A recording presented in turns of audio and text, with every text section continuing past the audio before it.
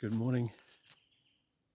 Up a dirt road, although this time I'm not walking because I got some feedback that it's a bit distracting and noisy, so I'm still up a dirt track, but pausing in one spot to talk today. The topic I wanted to talk on just briefly today is, I've called it Eyes of Gratitude. And the reason I chose it is because I was reminded this week that so many of us, particularly in the West, I think, so many of us are absolute experts at self-criticism and not feeling satisfied.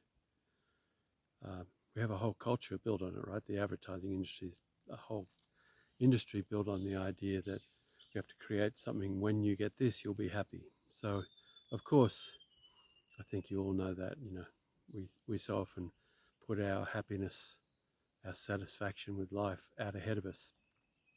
I'll be satisfied when I have the kind of relationship I want, when I have the home that I want, when I have the health that I want, all of those things. I think we know well that that's not the pathway to happiness, although those things are important, of course, but we are such experts at not being happy or satisfied and therefore grateful in the moment. So I wanted to, and I think most of you know that perspective. I just wanted to emphasize one part particular, which is the experience of being satisfied and therefore grateful. Because I think often we think about, yes, I should be grateful, I have good reason to be grateful, and we can think of those reasons, but gratitude is not an intellectual experience. Gratitude, for it to stick, I guess is the word, is an experience of the heart and of the mind, but the experience of the heart and the emotions, feeling genuinely satisfied. And because so many of us are double PhDs in not being satisfied, we actually have to retrain the model. We are evolutionarily biased towards looking for the negative. That's understandable. So therefore we have to really retrain ourselves to experience the positive, experience the gifts of our life.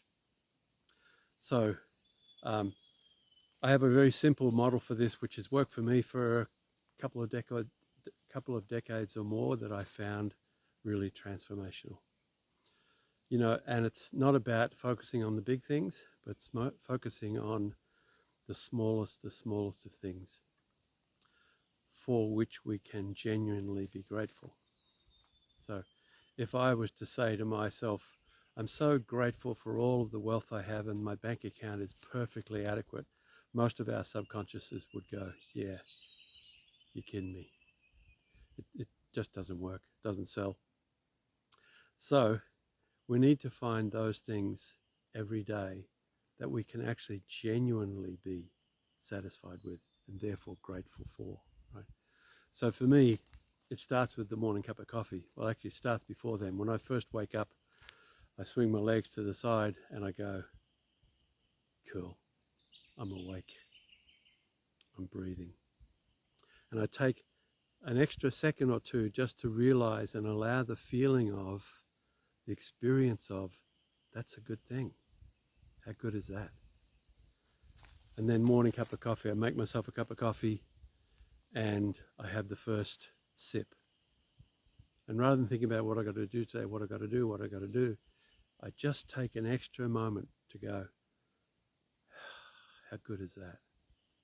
How good is that cup of coffee? I allow the feeling of gratitude, the feeling of that is really good, to come to the surface, to allow itself to permeate my experience and my cells, actually. So if you think about it that way, if you practice that, by lunchtime you got 20 of those. Hot shower. Have a hot shower. Pause. Again, rather than thinking about all I got to do, what have I got to do today, just an extra moment to go, how good is this? Solomon, in all of his glory, never had a shower this good. It's a moment to really experience how wonderful that is. So by lunchtime, you got 20 of those.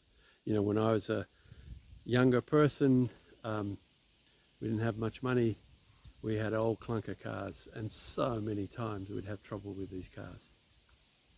These days, I have a car that actually starts every time. And so when I get in the car, it starts, I just take a moment to go, ah, how good's that?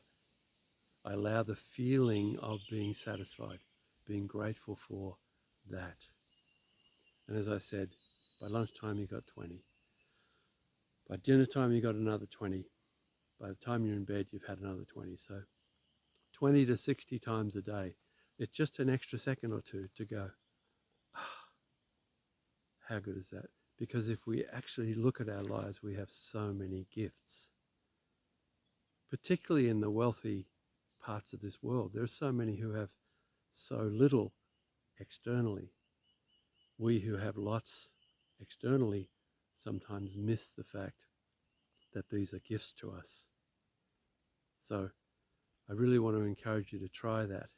For me, after a couple of decades or more, it's life-changing, because what happens over time is the experience of being grateful is everywhere. There are gifts everywhere. Now, this is not to say that we should pretend the world is only beautiful, right? Because the world is full of tragedies, full of pain, full of suffering. And we ourselves will go through pain and suffering. So it doesn't mean let's pretend I'm so grateful for it. No, some things are really, really difficult, right? But even those, my experience is, in retrospect, or even in the moment, I can be grateful for the capacity to have the resilience to move through this. And my experience is that over time, everywhere there are gifts. And of course, there's much we can do to help the world, I think.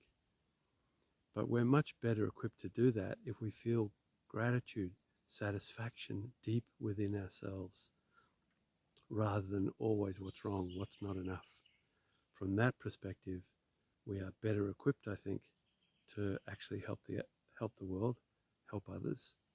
Being satisfied with ourselves